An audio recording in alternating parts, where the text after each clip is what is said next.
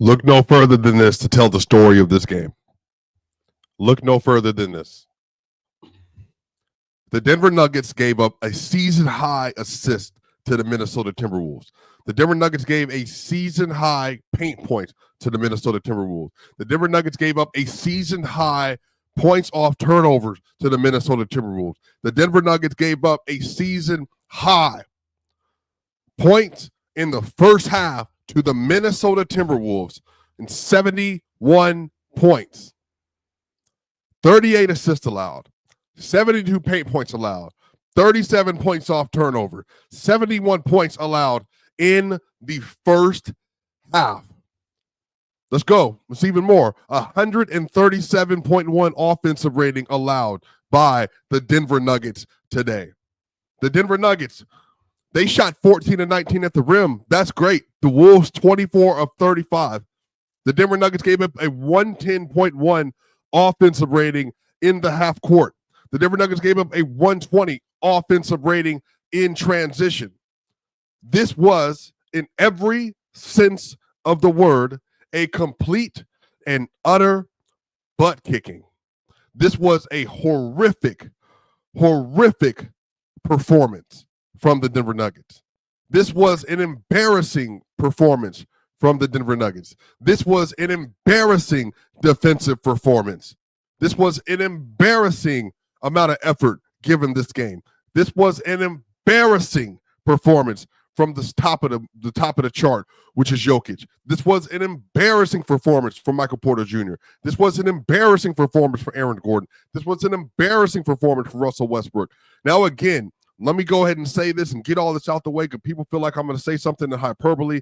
The Denver Nuggets are 16-5 in the last 21 with Joker. They're dominating. They've been the best team basically in basketball in January. They have been outpacing everybody. Jokic has been the best player in the world. That ain't got nothing to do with anything I'm talking about right now. The Denver Nuggets have been cooking. Today was not good enough. What in the heck was that performance from this team? They suck today.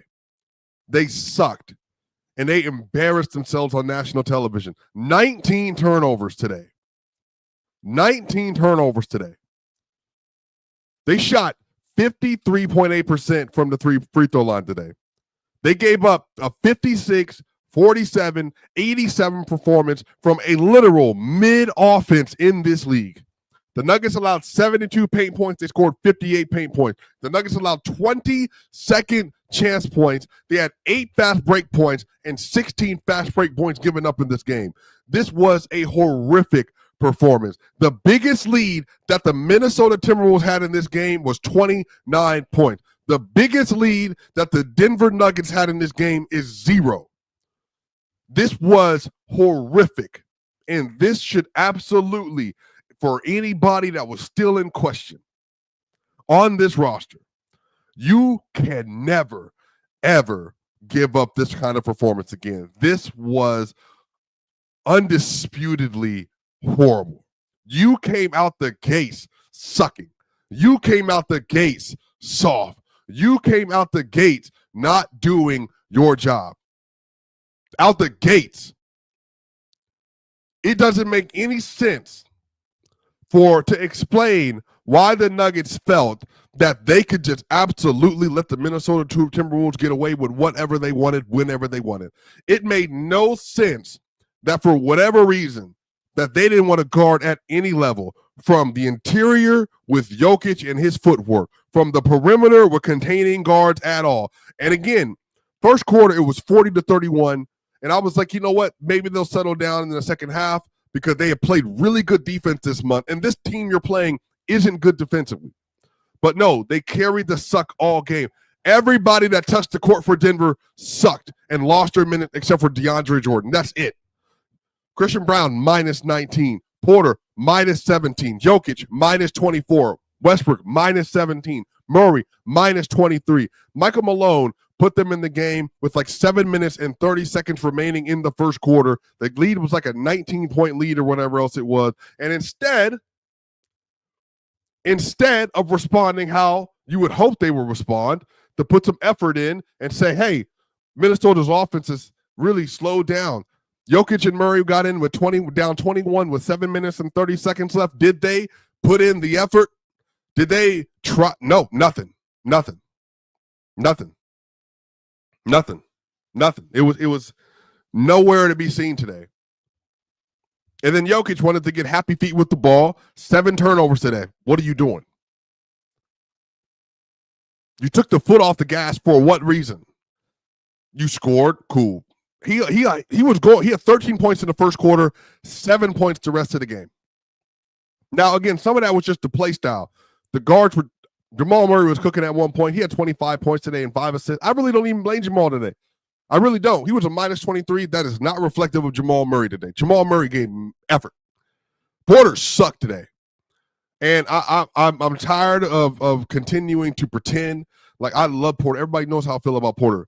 But the issue is he has shown time and time again that if he faces real pressure from certain teams, he cannot create or do anything by himself. And when you cannot create and you cannot dribble the ball and you also can't defend, what are you doing? Christian Brown, not good enough defensively either. But the across the board, whatever Malone had put in place for them to do leading into this game, it was done for. It was horrible. Aaron Gordon was horrific this game. He's only being credited with 2 turnovers today. He had at least 4 passes that made no sense today. No sense today. He had at least 4 passes that made no sense today that he would just throw into anybody. That led to either a just absolutely like boggled offensive possession or it led to a turnover. I mean, honestly, he's only got 1 turnover accredited, 2 turnovers accredited to him today. That's nonsense. Like, it was more than that. And he had at least 5 mental errors that I remember. He had a step back 3, contested step back 3 for no reason. And if Aaron's not healthy, then just let him rest. I'm good with that. But don't do what you did today. I mean, it was unacceptable. The Nuggets, they're undefeated since Aaron came back. This is not an indictment about the entire season. This is about today. 1 game.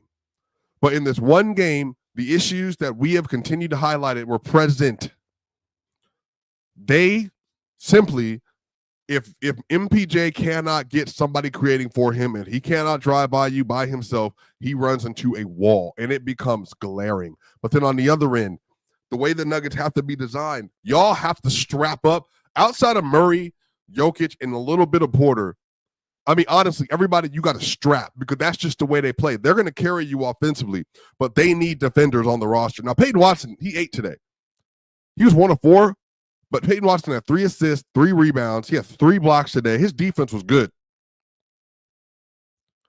But we're continuing to run into these same issues, y'all. I was just so, I mean, honestly, I was like aghast with the way that they played today. Aghast. I couldn't believe my eyes that you have a chance to continue to move up the standings today. And even if you lost, you lose in a tight game. Like, make it a game. Make it a game. And today they just decided it wasn't going to be that. And whatever read after the first quarter, Jokic just stopped moving his feet. It's unacceptable, man. Like, I really just truly, I don't buy stuff like that. Like, I don't buy stuff like that. I don't believe that you can just not show up. You got to be able to do it. Like, you have to be able to at least make it a game. I just don't get it. Like, I really don't understand. I think that in this game in totality, like, it just was horrible. Like, across the board. Like, across the board, it was horrible. And, you know, I'm just one of those people, man. Like, Grace said Denver had 17 turnovers, had allowed 16 offensive rebounds with 7 minutes left in the game. And I said, it's unacceptable. And everybody's bringing up like January. Like, I get it's January. Like, the Celtics are 10-9 in the last 19 games in January. Like, I understand context. I've always understood context. The issue is that there's a difference between that and just being horrific today. And they were bad today. Like, period. They were just a bad team today. So, I don't know. It was just one of those things, man. Like they just across the board just absolutely just didn't show up defensively to do anything. And again, y'all, I want to make this point. I want to make this point. The Nuggets have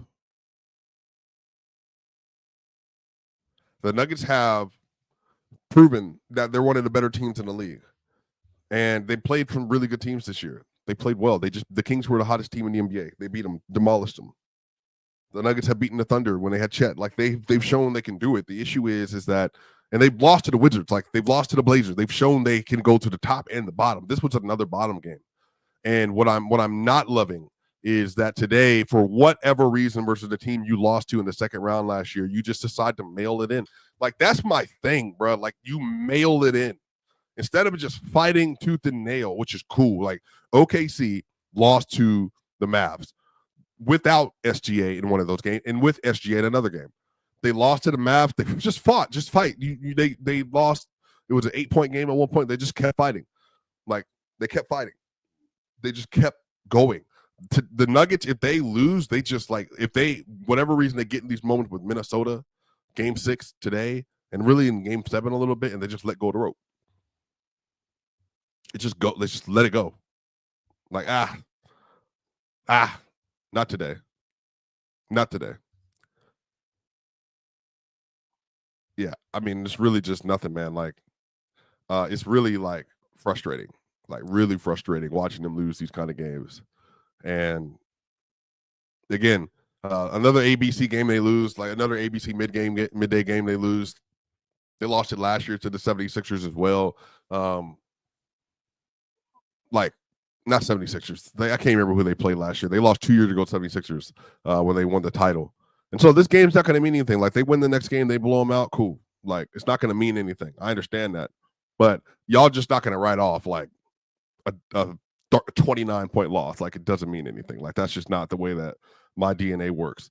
They got the Bulls coming up. They got the Knicks coming up. Like, those are two interesting games. The Knicks game will be interesting as well. Look, they can go 4-1 the rest of they can go 4-0 or 3-1 the rest of the way. Bulls, Knicks, 76ers, Hornets, then Pelicans, Magic, Suns, and then Blazers, All-Star break. Like, they could win every single one of these games, and then we're having like, oh, it was just a blot in the system. But this was embarrassing. This was embarrassing. They should feel embarrassed. Like, it's just they should feel embarrassed for their performance today. And I'm really worried. Like, I'm genuinely concerned about Porter being their third best offensive option come playoff time. That really genuinely like makes me feel away. Just because that,